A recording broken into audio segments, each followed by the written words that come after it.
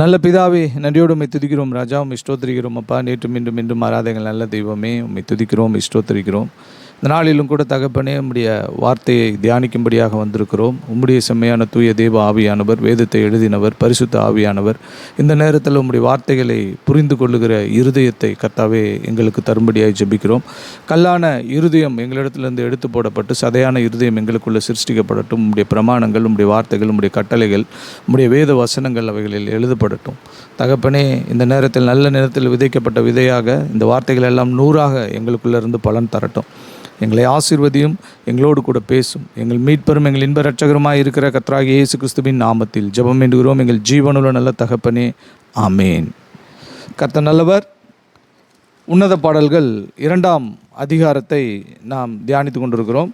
முதல் அதிகாரத்தை முழுவதுமாக நாம் முடித்துவிட்டோம். 2ஆம் அதிகாரத்திலும் கூட நம்ம 13 வசனங்களை போன வாரத்துக்கு முந்தின வாரம் வரைக்கும் நாம் தியானித்திருக்கிறோம். 13 வசனங்களை நாம் தியானித்து முடித்திருக்கிறோம்.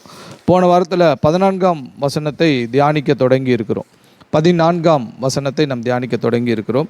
நான் ஏற்கனவே சொன்னது போல 14 முதல் 17 வசனங்கள் ரொம்ப ஆழமான சத்தியங்களை அவைகள் வைத்திருக்கிறபடினால நம்ம எளிதில் அதை புரிந்து கொள்ள முடியாது. ஒரு பிரசங்கத்தில் அதை நம் புரிந்து கொள்ள முடியாது. அதனால் உன்னத பாடல்கள் 14ஆம் வசனம் முதல் கொஞ்சம் டைம் எடுக்கும். நம்ம அந்த 17 வசனத்தை முடிக்கிறதுக்கு நம்ம கொஞ்சம் டைம் எடுக்கும்.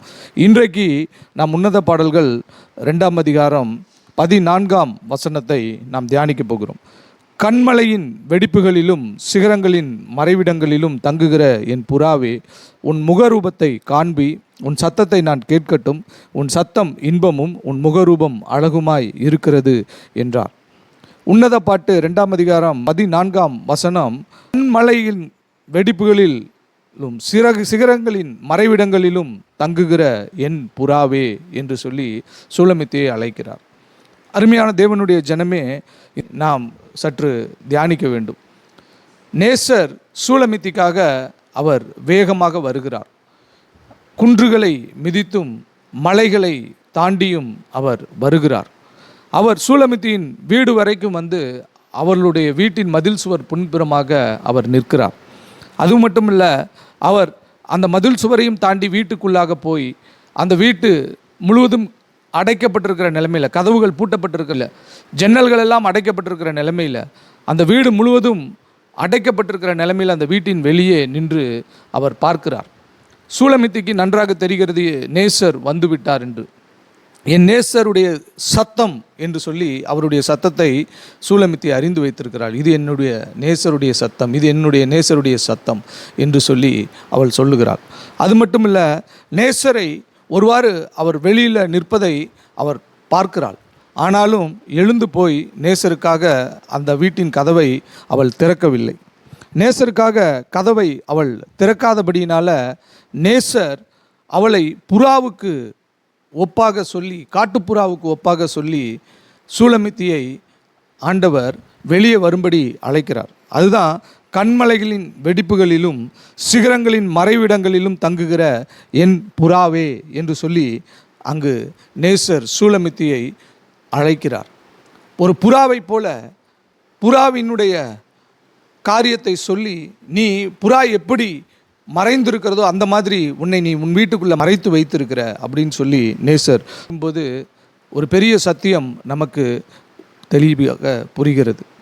கவனியுங்கள், புறாவினுடைய இயல்பு என்ன அப்படின்னு பார்த்தீங்கன்னா, அவைகள் ரொம்ப ஒரு பலவீனமான ஒரு பறவையாக இருக்கிறபடினால, ஒரு சாதுவான பறவையாக இது இருக்கிறபடினால, எதிர்த்து போராடுகிற திராணி அதற்கு இல்லாதபடியினால அது என்ன செய்யும், தான் தங்கும் இடத்தை ரொம்ப ஜாக்கிரதையாக அது தீர்மானிக்கும். மலைகளிலும் குன்றுகளிலும் சிகரங்களிலும் இருக்கிற வெடிப்புகளில் அது தன்னை அடைத்து வைத்து கொள்ளும். அது அந்த இரவு முழுவதும் தன்னை தனக்கு விரோதமாய் வருகிற எந்த ஒரு காரியத்தின் நிமித்தம் தன் ஜீவன் போகாதபடிக்கு அது ரொம்ப பாதுகாப்பாக அப்படி உயர்ந்த இடங்களில் தன்னை மறைத்து வைத்து கொள்ளும். அப்படிதான் இன்றைக்கு சபையை ஆண்டவர் அழைக்கிறவராக இருக்கிறார். சபையும் ரொம்ப பலவீனமானது. அது தனித்து எதுவுமே செய்ய முடியாது. சபையால் தனித்து எதுவுமே செய்ய முடியாது. சபை ரொம்ப பலவீனமானது. ஆண்டவராகிய இயேசு கிறிஸ்துவின் இடத்திலிருந்து பிரிக்கப்பட்டு விட்டால் சபையால் எதுவுமே செய்ய முடியாது. ஆண்டவர் சொல்லுகிறார், என்னை இல்லாமல் உங்களால் ஒன்றும் செய்யக்கூடாது என்று சொல்லுகிறார். நீங்கள் என்னை இல்லாமல் ஒரு காரியமும் செய்ய முடியாதுன்னு ஆண்டவர் சொல்லலை. நீங்கள் செய்யலாம், ஆனால் அது உங்களுக்கு ஆபத்தாய் முடியுது.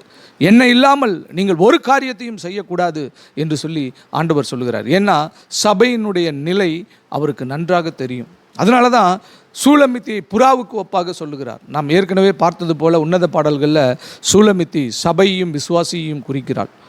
நேசர் யாரை குறிக்கிறார்? ராஜா யாரை குறிக்கிறார்? மேய்ப்பர் யாரை குறிக்கிறார்? இவைகள் மூன்று பேரும் யாரை குறிக்கிறாங்கன்னா ஆண்டவராகிய இயேசு கிறிஸ்துவை குறிக்கிறார்கள். இப்போது நம்ம ஒரு கண்ணோட்டத்தில் உன்னத பாடல்களை தியானித்து வருகிறோம். அதாவது நேசர் ஆண்டவராகிய இயேசு கிறிஸ்து, சபை சூலமித்தி. சபைக்கும் நேசருக்கும் இருக்கிற, சபைக்கும் ஆண்டவராகிய இயேசு கிறிஸ்துவுக்கும் இருக்கிற உறவுகளை குறித்து நம்ம இந்த உன்னத பாடல்களில் தியானித்து கொண்டிருக்கிறோம். இப்போது ஆண்டவர் சூலமித்தியை பார்த்து பேசுகிறார். நீ வெளியில் வா, கண்மலையின் வெடிப்புகளில் மறைவிடங்களில் உன்னை நீ மறைத்து வைத்து கொண்டிருக்கிறாய், நீ வெளியில் வா என்று சொல்லி நேசர் அழைக்கிறார். இது என்ன காரியத்தை வெளிப்படுத்துகிறது என்று பார்க்கும்போது அப்சல்யூட் எக்ஸ்போஷர் என்று சொல்வார்கள் ஆங்கிலத்தில். அதாவது absolute exposure in whole person and character என்று நாம் அதை அர்த்தப்படுத்த முடியும். அதனுடைய அர்த்தம் என்ன அப்படின்னு பார்க்கும்போது நம்மை முழுவதுமாக ஆண்டவருக்கு வெளிப்படுத்தி காண்பிக்க வேண்டும். நம்மை முழுவதுமாக, எந்த ஒரு மறைவான பகுதியும் நம்மிடத்தில் இருக்கக்கூடாது.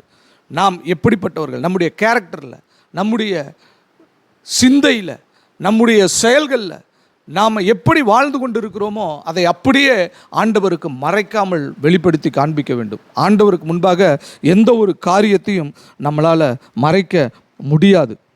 நம்ம எந்த ஒரு காரியத்தையும் ஆண்டவருக்கு முன்பாக நம்மளால் மறைக்க முடியாது. மனிதனுடைய குணாதிசயங்களாக இருக்கட்டும், அவனுடைய பழக்க வழக்கங்களாக இருக்கட்டும், அவனுடைய இருதயத்தின் நினைவுகளாக இருக்கட்டும், அவர்களுடைய சிந்தனைகளாக இருக்கட்டும், அவனுடைய செயல்களாக இருக்கட்டும், எந்த ஒரு ரகசியமும் ஆண்டவருக்கு முன்பாக இருக்கவே முடியாது.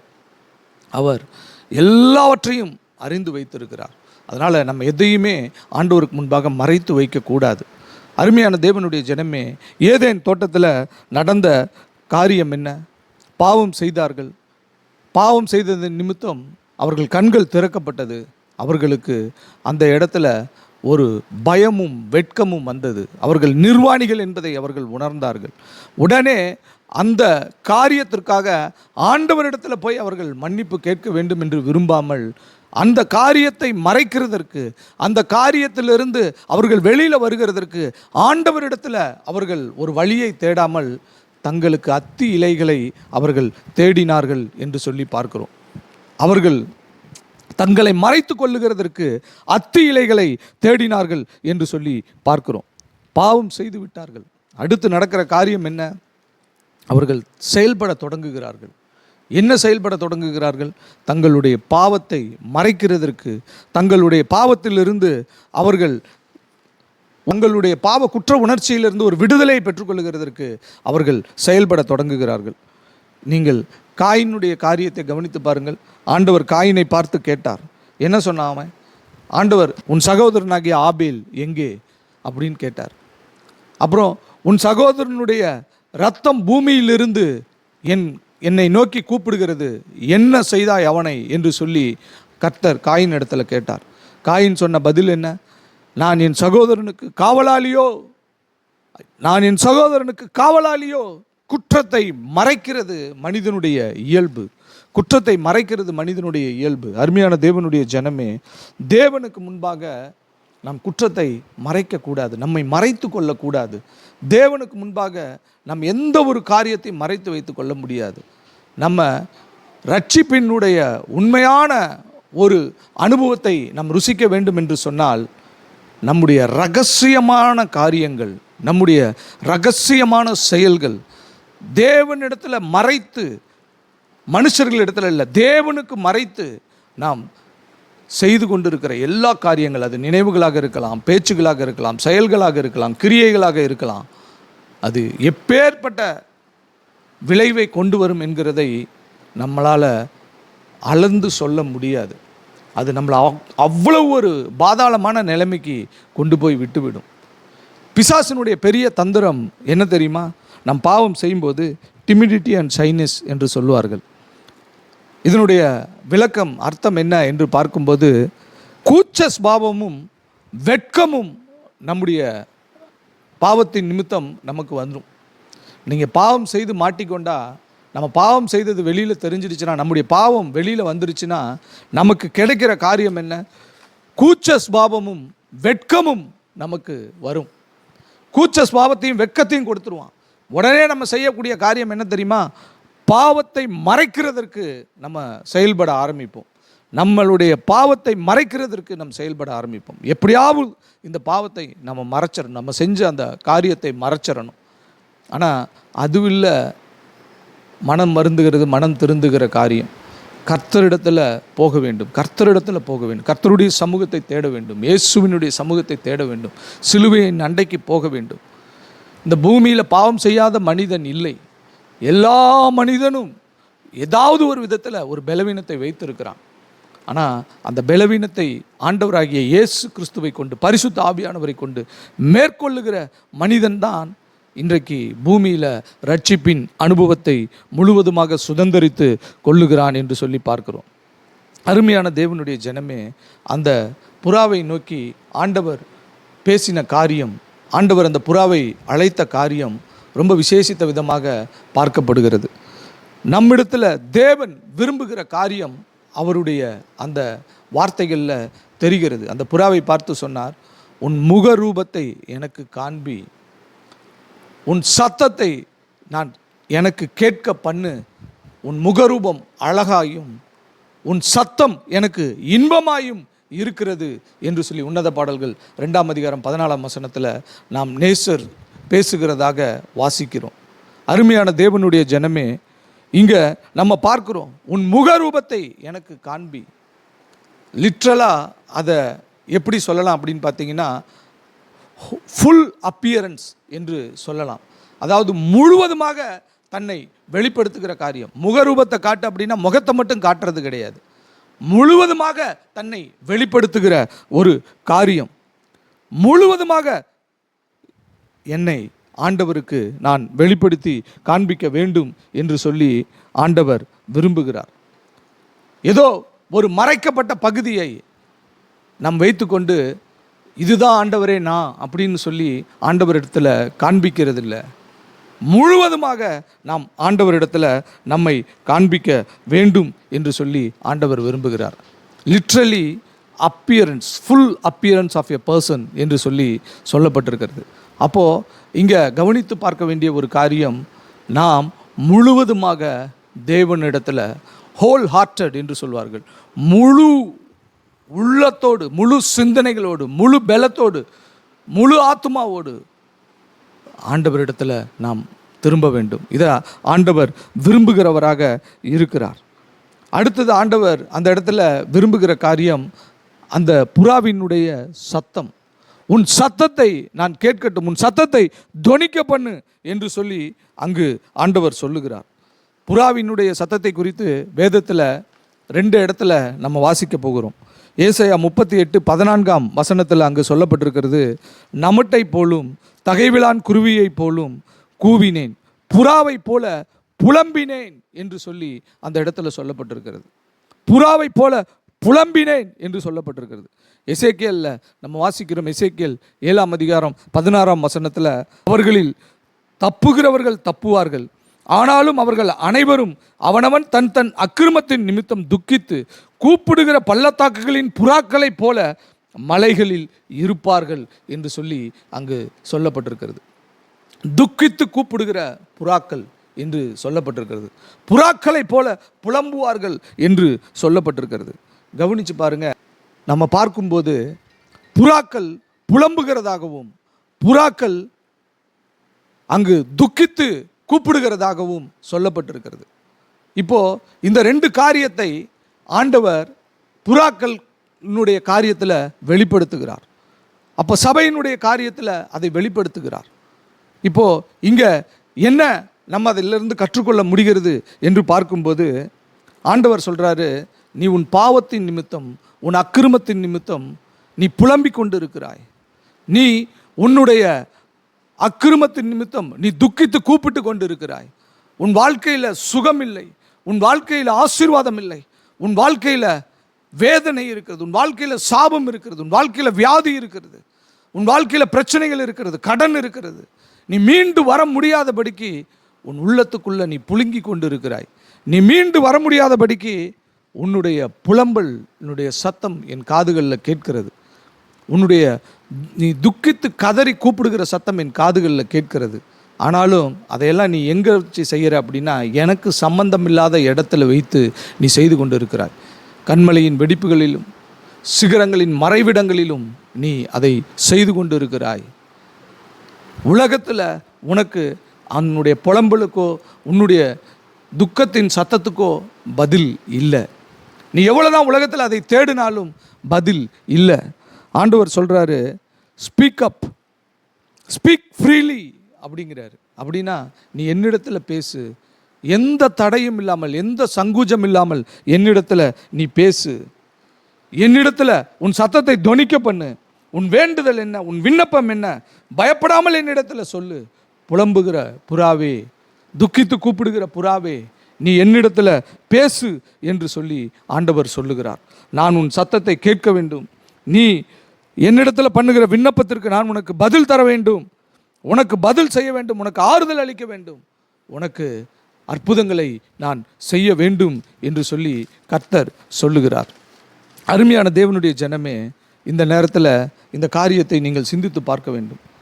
ஆண்டவர் சொல்லுகிறார், உன் சத்தம் உன் அக்கிரமத்தின் நிமித்தம் துக்கித்து கூப்பிடுகிறதா இருந்தாலும், உன் அக்கிரமத்தின் நிமித்தம் உன் புலம்பல் பெரிதாக இருந்தாலும் எனக்கு அதை பற்றி எந்த விதமான ஒரு இதுவும் இல்லை. நான் உன்னுடைய சத்தத்தை கேட்கும்போது எனக்கு இன்பமாய் இருக்கிறது. உன் சத்தத்தை கேட்கும்போது எனக்கு இன்பமாய் இருக்கிறது. வேதத்தில் ரொம்ப அருமையான ஒரு வசனம் இருக்கிறது. சங்கீதம் 22:24 நம்ம வாசித்து பார்க்கிறோம். உபத்திரப்பட்டவனுடைய உபத்திரவத்தை அவர் அற்பமாய் எண்ணாமலும் அருவருக்காமலும் தம்முடைய முகத்தை அவனுக்கு மறைக்காமலும் இருந்து தம்மை நோக்கி அவன் கூப்பிடுகையில் அவனை கேட்டருளினார் என்று சொல்லி சங்கீத புஸ்தகத்தில் நாம் வாசிக்கிறோம். அருமையான தேவனுடைய ஜனமே, இங்கு சொல்லப்பட்டிருக்கிற காரியம் என்ன? உன் சத்தம் புலம்பலை போல இருக்கிறது, உன் சத்தம் துக்கித்து கூப்பிடுகிறவனுடைய சத்தத்தை போல இருக்கிறது. ஆனாலும் உபத்திரவப்பட்டவனுடைய உபத்திரவத்தை நான் அற்பமாய் எண்ணுகிறதில்லை, அதை நான் அருவருக்கிறதில்லை. நீ செய்த காரியத்திற்கு படுகிற தண்டனை தான் அது. நீ செஞ்ச பாவத்திற்கு கிடைத்திருக்கிற பரிசு தான் அது. நீ புலம்பு, நீ துக்கித்து கதறு அப்படின்னு சொல்லி நான் விடுறதில்லை. உன்னுடைய உபத்திரவத்தை நான் பார்க்கிறேன். அந்த உபத்திரவத்தில் நீ என்னை நோக்கி கூப்பிட்டினா உன்னுடைய கூப்பிடுதலை நான் அருவருக்கிறது இல்லை. உன்னுடைய கூப்பிடுதலை நான் அருவருக்கிறது இல்லை. அது மட்டும் இல்லை, என் முகத்தை உனக்கு நான் மறைக்கிறது இல்லை. உம்மை நோக்கி நான் கூப்பிடும்போது என் புலம்பலின் மத்தியிலும் என் துக்கத்தின் சத்தத்தின் மத்தியிலும் நீர் எனக்கு பதில் தருகிறீர் என்று நான் விசுவாசிக்கிறேன். அருமையான தேவனுடைய ஜனமே, இதுதான் கர்த்தர் நமக்கு கொடுத்திருக்கிற நம்பிக்கை. நம்முடைய புலம்பல் பெரிதாக இருக்கலாம், நம்முடைய துக்கம் பெரிதாக இருக்கலாம். ஆனாலும் ஆண்டவர் சொல்கிறாரு, அதை பார்த்து நான் அருவருக்கிறதில்லை, அதை பார்த்து நான் மகிழ்ச்சி அடைகிறதில்லை, சந்தோஷப்படுறதில்லை. நீ என்னிடத்தில் வா, என்னிடத்தில் வா என்று சொல்லி ஆண்டவர் நம்மை அழைக்கிறவராக இருக்கிறார். நம்முடைய புலம்பலின் சத்தம், நம்முடைய துக்கத்தினுடைய சத்தம், நம்முடைய கண்ணீரின் சத்தம், நாம் அழுது கொண்டு இருக்கிற காரியங்கள் தேவன் அசட்டை பண்ணுகிறதில்லை. தேவனிடத்தில் நம்ம போகும்போது நம்முடைய விண்ணப்பங்களை, நம்முடைய ஜெபத்தை, நம்முடைய கண்ணீரை அவர் கண்டு அவருடைய முகத்தை நமக்கு மறைக்காமல் நமக்கு அவர் பதில் செய்கிறவராக இருக்கிறார். இது எப்படி நடக்கும் அப்படின்னு பார்த்தீங்கன்னா, எபேசியரில் நம்ம வாசிக்கிறோம், கிறிஸ்து நமக்காக தம்மை தேவனுக்கு சுகந்த வாசனையான காணிக்கையாகவும் பலியாகவும் பிதாவுக்கு தம்மை ஒப்பு கொடுத்து நம்மில் அன்பு கூர்ந்திருக்கிறார். எபேசியர் 5:2 நம்ம வாசிக்க முடியும் இந்த வார்த்தைகளை. அங்கே என்ன சொல்லப்பட்டிருக்கிறது? கிறிஸ்து நமக்காக தம்மை தேவனுக்கு சுகந்த வாசனையான காணிக்கையாகவும் பலியாகவும் பிதாவுக்கு நம்மை ஒப்பு கொடுத்து நம்மில் அன்பு கூர்ந்திருக்கிறார். தம்மை பிதாவுக்கு ஒப்பு கொடுத்து நம்மில் அன்பு கூர்ந்திருக்கிறார். அவர் தம்மையே சுகந்த வாசனையான காணிக்கையாக ஒப்பு கொடுத்தது நிமித்தம் அந்த சுகந்த வாசனையினுடைய அந்த நறுமணத்தை பிதா முகர்ந்தார். இதனுடைய காரியம் எப்படி எனக்கு திரும்ப வருகிறது தெரியுமா? வெளிப்படுத்தின விசேஷம் 8ஆம் அதிகாரம் 3ஆம் வசனத்தையும் 4ஆம் வசனத்தையும் நாம் வாசிக்கலாம். வேறொரு தூதனும் வந்து தூபம் காட்டும் பொற்கலசத்தை பிடித்து பலிபீடத்தின் படியிலே நின்றான். சிங்காசனத்திற்கு முன்பாக இருந்த பொற்பீடத்தின் மேல் சகல பரிசுத்தவான்களுடைய ஜபங்களோடும் செலுத்தும்படி மிகுந்த தூப வர்க்கம் அவனுக்கு கொடுக்கப்பட்டது. அப்படியே பரிசுத்தவான்களுடைய ஜபங்களோடும் செலுத்தப்பட்ட தூப வர்க்கத்தின் புகையானது தூதனுடைய கையிலிருந்து தேவனுக்கு முன்பாக எழும்பிற்று.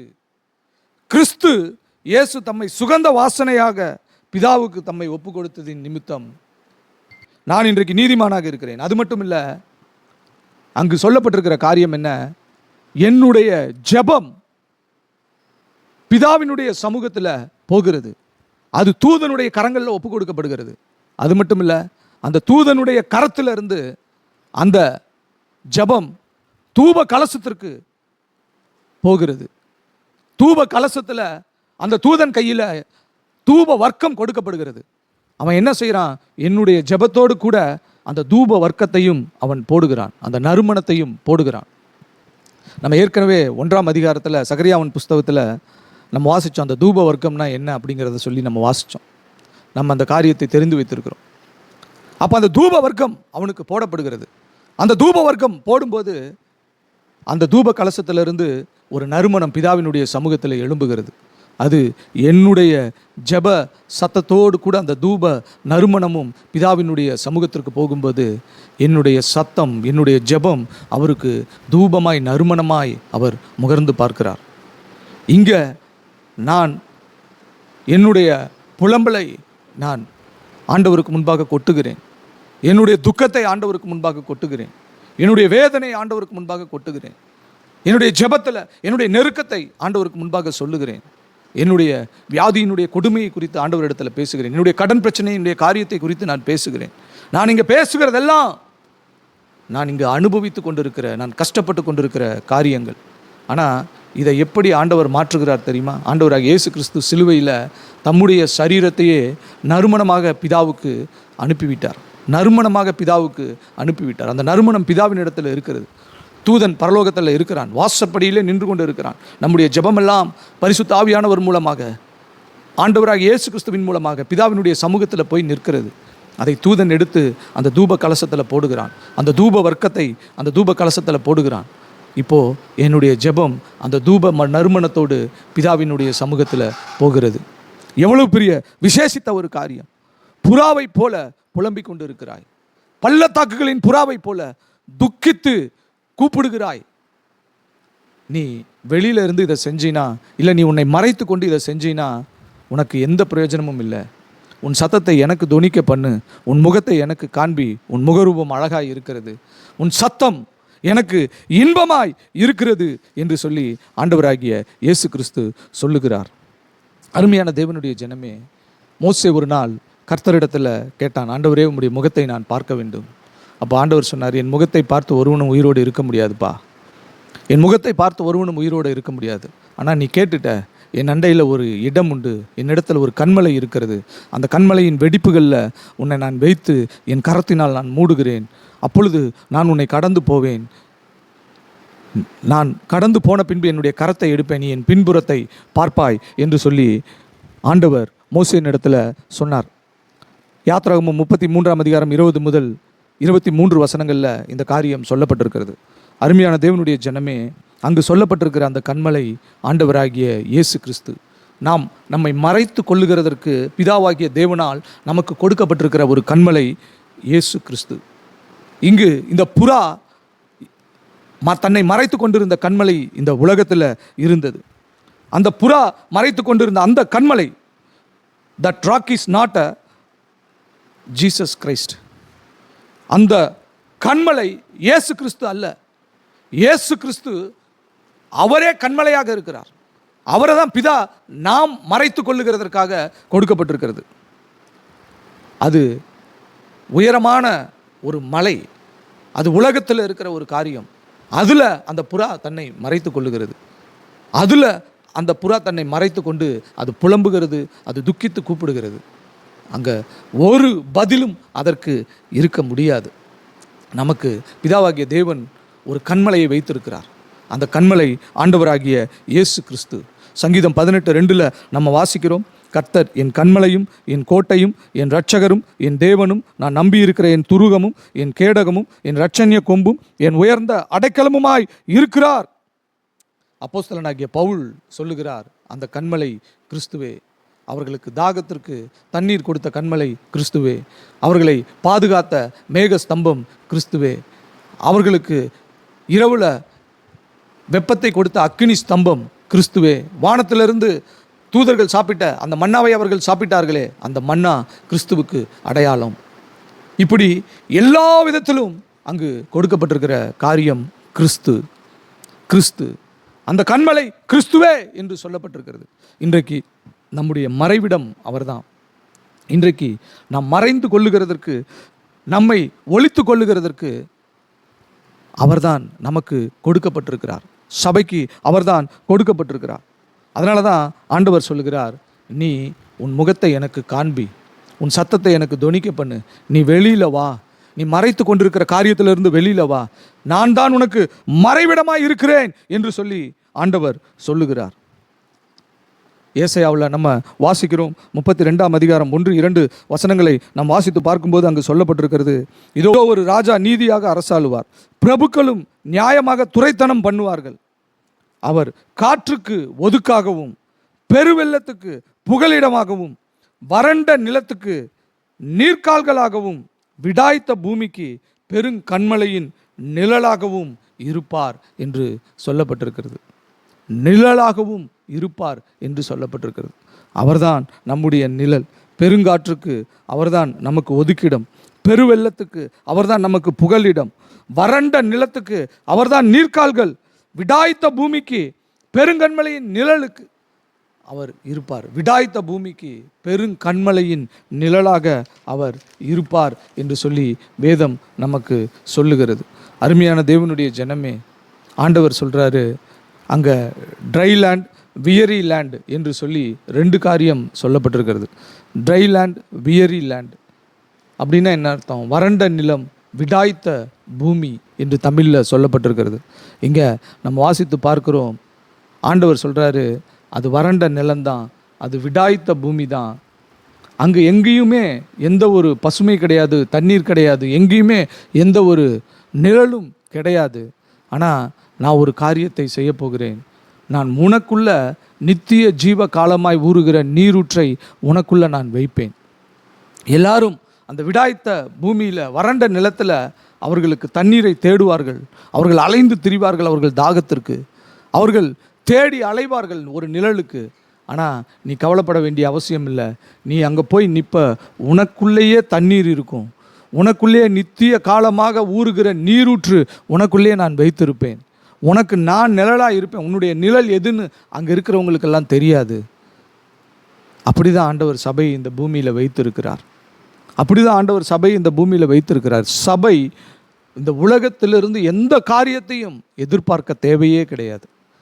சபைக்கு இந்த உலகம் எதையும் கொடுக்க போகிறதும் கிடையாது. அருமையான தேவனுடைய ஜனமே, ஆண்டவராகிய இயேசு கிறிஸ்து சொல்கிறாரு, நான் எல்லாமே உனக்குள்ளே நான் வைப்பேன். உன்னிலிருந்து ஆசீர்வாதம் வெளியில் வரும். நீ வெளியிலிருந்து ஆசீர்வாதத்தை தேடிட்டு இருக்க. இல்லை இல்லை, உன்கிட்ட இருந்து ஆசீர்வாதம் வெளியில் வரும். உனக்குள்ளே இருந்து ஆசீர்வாதம் வெளியில் வரும். உனக்குள்ளே இருந்து ஆசீர்வாதம் வரும். ஒருவேளை யாக்கோபு ஆண்டவர் இடத்துல கேட்டிருப்பானா என்னன்னு தெரில, என்னை இஸ்ரவேல்னு சொல்கிறீங்க, என்னை ஒரு பெரிய ஜாதியாக்குறேன்னு சொல்கிறீங்க, என்னை பெரிய ஒரு ஜனமாக்குறேன்னு சொல்கிறீங்க, என்னை ஒரு நாடாக்குறேன்னு சொல்கிறீங்க, நான் ஒருத்தன் எப்படி நாடாக முடியும்? நாடு ஆனது திரளான ஜனங்கள் அவனிலிருந்து புறப்பட்டு வந்தார்கள். ஒரு பெரிய இனம் அவனிலிருந்து உருவானது. அருமையான தேவனுடைய ஜனமே, நம்முடைய தேவனால் செய்ய முடியாத காரியம் ஒன்றுமே இல்லை. நம்முடைய தேவனால் செய்ய முடியாத காரியம் ஒன்றுமே இல்லை. இன்றைக்கு நீங்கள் அந்த கண்மலையாகிய கிறிஸ்துவின் இடத்துல உங்களை மறைத்து கொள்ள, ஒளித்து கொள்ள நீங்கள் வாருங்கள். விடாய்த்த பூமிக்கு அவர்தான் நிழலாய் இருக்கிறார். பெருங்கண்மலையின் நிழல் அவர்தான். அவரிடத்துல நாம் வரும்போது, அவருடைய சத்தத்தை கேட்டு அவரிடத்துல நாம் திரும்பும்போது, தேவன் மகிமையான காரியங்களை நம்மிடத்தில் அவர் செய்கிறார். உன்னத பாடல்கள் 2ஆம் அதிகாரம் 14ஆம் வசனத்தினுடைய விளக்கம் இதுதான் அதனுடைய விளக்கம். அவர் நம்முடைய முக ரூபத்தை ஏன் பார்க்க விரும்புகிறார்? நம்முடைய சத்தத்தை ஏன் அவர் கேட்க விரும்புகிறார்? அவர் நம்மை ஏன் அவரிடத்தில் அழைக்கிறார்? அவர் மெய்யான நீதியிலும் பரிசுத்தத்திலும் தேவனுடைய சாயலாக நம்மை சிருஷ்டித்திருக்கிறார். நம்முடைய சரீரம், நம்முடைய ரூபம் அவருக்கு ரொம்ப முக்கியம். அவர் தேவனுடைய ரூபமாய் இருந்தும் தேவனுக்கு சமமாய் இருப்பதை கொள்ளையாடின பொருளாக எண்ணாமல் அடிமையின் ரூபம் எடுத்து மனுஷர் சாயல் ஆனார் என்று சொல்லி பார்க்கிறோம். அடிமையின் ரூபம் எடுத்து மனுஷர் சாயல் ஆனார். ஏன் அவர் அப்படி சிருஷ்டித்த அந்த ரூபம் அடிமையாய் போயிற்று? அது ஆதாம் செய்த பாவத்தின் நிமித்தம் அது அடிமையாய் போயிற்று. ஆதாம் அடிமையாக சிருஷ்டிக்கல, ஆனால் ஆதாமின் ரூபத்தை பின்னாடி அவர் எடுக்கும்போது அடிமையின் ரூபம் எடுத்தார் என்று சொல்லி நாம் பார்க்கிறோம். ஆதாம் என்றால் மனுஷன் என்று தான் அர்த்தம், மேன் என்று தான் அர்த்தம் அந்த பேருக்கு. அப்போது ஆண்டவர் இந்த நாளில் நம்மை திரும்ப அழைக்கிறார், அவரிடத்தில் அழைக்கிறார், அவரிடத்தில் போகும்படி நம்மை அழைக்கிறார். கவனியுங்கள், இருளான காலம் எல்லா மனுஷனுடைய வாழ்க்கையிலையும் இருக்குது. எந்த மனுஷனும் இருளின் அனுபவத்திற்குள்ளே நான் போகலைன்னு சொல்லவே முடியாது. ஆனால் புதிய ஏற்பாட்டில் பேதுரு ஒரு காரியத்தை குறித்து பேசுகிறார். என்ன பேசுகிறாருன்னா, 2 பேதுரு 1ஆம் அதிகாரம் 19ஆம் வசனத்தில் நம்ம வாசிக்கிறோம். அதிக உறுதியான தீர்க்க தரிசன வசனமும் நமக்கு உண்டு. பொழுது விடிந்து விடிவெள்ளி உங்கள் இருதயங்களில் உதிக்கும் அளவும் இருளுள்ள ஸ்தலத்தில் பிரகாசிக்கிற விளக்கை போன்ற வசனத்தை கவனித்திருப்பது நலமாயிருக்கும். பொழுது விடிகிற வரைக்கும், விடிவெள்ளி உங்கள் இருதயங்களில் உதிக்கிற வரைக்கும் நீங்கள் என்ன செய்யணுமா? இருளுள்ள ஸ்தலத்தில் இருக்கீங்களா? கர்த்தருடைய வேதத்தை கவனித்திருப்பது நலமாயிருக்கும். கர்த்தருடைய வேதத்தை கவனித்திருப்பது நலமாயிருக்கும். நீங்கள் உலகத்துக்குள்ளே உங்களை ஒளிச்சு வச்சுக்க கூடாது. உலகத்துக்குள்ளே நீங்கள் போயிடக்கூடாது. ஐயோ கஷ்டம் இருக்குது, பாடு இருக்குது, வேதனை இருக்குது, இதிலேருந்து நான் எப்படி வெளியில் வருவேன், அதிலிருந்து நான் எப்படி வருவேன், எப்படி இந்த பாடுகள் எல்லாம் தாண்டி நான் வாழுவேன், எப்படி நான் நல்லா இருப்பேன், எப்படி நான் ஆசீர்வாதமாக இருப்பேன். நீங்கள் உலகத்துக்குள்ளே போயிடாதீங்க. ஆண்டவர் சொல்கிறார், என்னை அல்லாமல் ஆலோசனை பண்ணி என் ஆவியை அல்லாமல் தங்களை மறைத்து கொள்ள பார்க்கிறார்கள் என்று சொல்லி ஆண்டவர் சொல்லுகிறார். நம்முடைய ஆலோசனை, நம்முடைய மறைவிடம் எல்லாம் ஆண்டவர்கிட்ட தான் இருக்குது. நம்ம ஆண்டவர்கிட்ட தான் ஆலோசனை பண்ணணும், ஆண்டவர்கிட்ட தான் நம்ம போகணும், ஆண்டவர்கிட்ட தான் நம்ம பேசணும். ஆண்டவர் சொல்கிறாரு, உன்னுடைய வாழ்க்கையில் இருள் இருக்கா? விடிகிற வரைக்கும், உன்னுடைய வாழ்க்கையில் விடிவு வருகிற வரைக்கும் நீ அந்த இருளுள்ள ஸ்தலத்தில் பிரகாசிக்கிற விளக்கை போன்ற இருக்கிற அந்த வசனங்களை, அந்த தீர்க்க தரிசனங்களை, அந்த வேத வார்த்தைகளை நீ தியானித்து கொண்டிரு. நீ அதன் மேலே உன் கண்களை வைத்து நீ அமைதியாயிரு. என்ன ரிப்போர்ட்டாக இருக்கட்டும், அது என்ன ஒரு ஜட்ஜ்மெண்ட்டாக இருக்கட்டும், அது என்ன ஒரு சூழ்நிலைமையாக இருக்கட்டும், அதை பற்றி நீ கவலைப்பட வேண்டிய அவசியம் இல்லை. நீ கர்த்தருடைய சமூகத்தில் திட்டமானதாய் அமர்ந்து உலகத்துக்குள்ளே உன்னை ஒப்பு கொடுக்காம, உலகத்துக்குள்ளே நீ போகாமல், நீ கர்த்தருடைய வார்த்தையை வாசித்து, நீ கர்த்தருடைய வார்த்தையில் உன்னை முழுவதுமாய் ஒப்பு கொடுத்து, கர்த்தருடைய சமூகத்தில் உன்னை முழுவதுமாய் ஒப்பு கொடுத்து நீ அவரிடத்தில் அமர்ந்திருக்கும்போது எப்படி பெரிய காரியங்களாக உனக்கு முன்னாடி இருந்ததோ அதெல்லாம் ஒன்றும் இல்லாமல் தூசு மாதிரி பறந்து போகிறதை நீ பார்க்க முடியும். அதெல்லாம் ஒன்றுமே இல்லாமல் பறந்து போகிறதை நீ பார்க்க முடியும். குன்றுகளை பதருக்கு ஒப்பிடுவாய் என்று சொல்லப்பட்டிருக்கிறது. குன்றுகளை பதருக்கு ஒப்பிடுவாய், மலைகளை மிதித்து நொறுக்குவான் என்று சொல்லப்பட்டிருக்கிறது. அருமையான தேவனுடைய ஜனமே, இந்த நாளில் உனக்கு முன்பாக இருக்கிற மலைகளை நீ பார்க்காத, உனக்கு முன்பாக இருக்கிற குன்றுகளை நீ பார்க்காத, உனக்கு முன்பாக இருக்கிற பெரிய பெரிய காரியங்களை நீ பார்க்காத, கோலியாத்தை பார்க்காத, செங்கடலை பார்க்காத, எரிகோவை பார்க்காத, பார்வோனுடைய சேனையை நீ பார்க்காத. நீ எதை கண்டும் பயந்து உன்னை மறைத்து ஒளித்து கொள்ளாத. உலகத்தில் கொஞ்ச நேரம் நம்முடைய பிரச்சனைக்கு ஆறுதல் இருக்கிற மாதிரி இருக்கும். ஆனால் அதை விட பெரிய விதத்தில் காயப்படுத்துகிற காரியம் நம்முடைய வாழ்க்கையில் ஒன்றும் இருக்காது. நீ கிறிஸ்துவின் இடத்துல வா, இயேசுவின் இடத்துல வா, இயேசுவின் இடத்துல நீ வந்துரு, ஆண்டவர் பெரிய காரியங்களை செய்வார். நான் இப்போ இந்த இருள் சொன்னேன் இல்லையா, அந்த காரியத்தை உங்களுக்கு யாக்கோபினுடைய வாழ்க்கையிலிருந்து நான் வெளிப்படுத்தி காண்பிக்கிறேன் பாருங்கள். ஆதியாகமம் 28:11 நீங்கள் குறித்து வைத்துக் கொள்ளுங்கள். அதுக்கப்புறம் நீங்கள் வீட்டில் போய் இந்த வசனத்தை தியானித்து பாருங்கள். அதில் சூரியன் அஸ்தமனமாயிற்று என்று சொல்லப்பட்டிருக்கும். சூரியன் அஸ்தமனமாயிற்று என்று சொல்லப்பட்டிருக்கும். சூரியன் அஸ்தமித்ததின் நிமித்தம் அவன் தங்கினான் என்று சொல்லப்பட்டிருக்கும். அந்த இடத்துக்கு பெத்தேல்னு விடிகாலையில் எந்திரிச்சு பேர் வச்சான். இப்போது முதல் பிரயாணத்தில் அவனுக்கு வருகிற ஃபஸ்ட்டு டேயில் அவன் சந்தித்த முதல் ராத்திரி அங்கு சொல்லப்பட்டிருக்கிறது. அவன் தகப்பனை விட்டு, தாயை விட்டு, சகோதரனை விட்டு, தன் குடும்பத்தை விட்டு அவன் வெளியில் வந்தான். அவன் பிரயாணத்தில் அவன் சந்தித்த முதல் ராத்திரி, அந்த ராத்திரி பெத்தேல் என்று பேர் வைக்கப்பட்டது பின்னாட்கள் அந்த இடத்துக்கு. அந்த இடத்துல ஒரு கல்லை தலைக்கு வைத்து அவன் படுக்கிறான். அங்கு அவனுக்கு ஒரு சொப்பனம் வருகிறது. அந்த காரியங்கள் எல்லாம் நமக்கு தெரியும். அதற்கப்புறம் அந்த சூரியன் அஸ்தமித்ததுன்னு சொல்லி இருக்கிற காரியத்திற்கு திரும்ப ஒரு காரியம் சொல்லப்பட்டிருக்கிறது. எங்கே சொல்லப்பட்டிருக்கு அப்படின்னு பார்த்தீங்கன்னா, அவன் மாமன் வீட்டுக்கெல்லாம் போய் பெண்ணை கல்யாணம் பண்ணி அதுக்கப்புறம் அவன் பிள்ளைகளை பெற்றெடுத்து அதுக்கப்புறம் இரு பரிவாரங்களோடு அவன் திரும்பி வருகிறான். திரும்பி வரும்போது பெனியலில் அவனுக்கு ஒரு காரியம் நடக்கிறது. அந்த பெனியலில் அங்கே அந்த காரியம் முடிந்ததுக்கப்புறம் சொல்லப்படுகிற காரியம் என்ன அப்படின்னு பார்த்தீங்கன்னா, ஆதியாகமம் 32:31 எடுத்து வாசித்து பார்த்தீங்கன்னா, அவன் பெனியலை கடந்து போகையில் சூரியன் உதயமாயிற்று என்று சொல்லி அங்கு சொல்லப்பட்டிருக்கிறது. முதல்ல அவனுடைய வாழ்க்கையில் சூரியன் அஸ்தமித்தது இருளுள்ள நாட்களாக இருந்தது. எவ்வளவு பாடுபட்டான். அவன் மாமனார் அவனை எவ்வளவு கொடுமைப்படுத்தினான். எத்தனை முறை அவன் சம்பளத்தை மாற்றினான். எவ்வளவு அவச்சொல் அவனுக்கு. அவன் நேசித்த ராகேல் அவனை ஏமாற்றினாள். தன் தகப்பனுடைய விக்கிரகங்களை எடுத்துக்கொண்டு வந்து வைத்துக்கொண்டு அவனை ஏமாற்றினாள்.